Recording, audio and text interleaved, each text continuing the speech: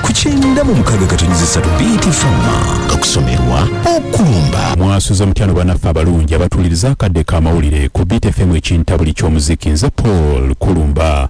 Ekitongole ekivunaanyizibwa ku kibuga Kampala Kampala Capital City Authority KCCA ekisabye Parliament eyisembalirya y'ensimbi ey'obukadde bwa 600 ng'ensimbi zino bagenda kuzeeyambisa mu nteekateeka ez'ebyobulambuzi okulina okutegeka parade y'okujjuukirako embeera y'ekirwadde kirumima mawuggwe ekya COVID-19.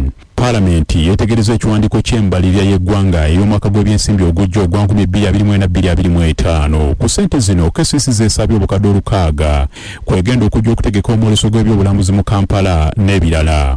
Amyuka Ssenkulu w'ekitongole kino ekya KCCA David Luyimbazi omu ku bakulembeddemu abakungu ba KCCA mu Parliament okunnyonnyola ababaka ssente zino nga bagenda okuba nga ate bazeeyambisa.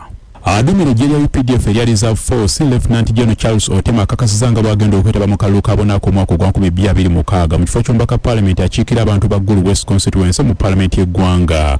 General Otema yatandika dda okutegeka enkiiko ze ez'okwebuuza ku bantu be ku nteekateeka ze era nga ayagala kusega okulombaka Martin Ojja Mapenduzi mu Parliament y'eggwanga.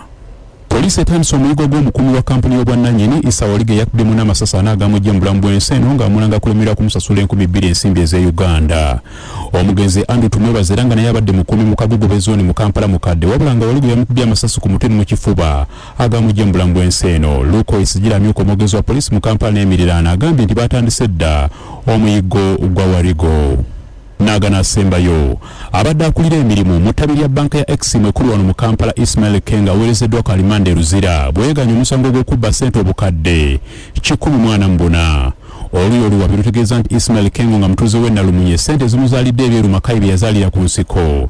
Yazibbwa wakati w'omwezi ogw'e11 n'omwezi ogw'e12 omwaka oguwedde era nga zaali za mukama we.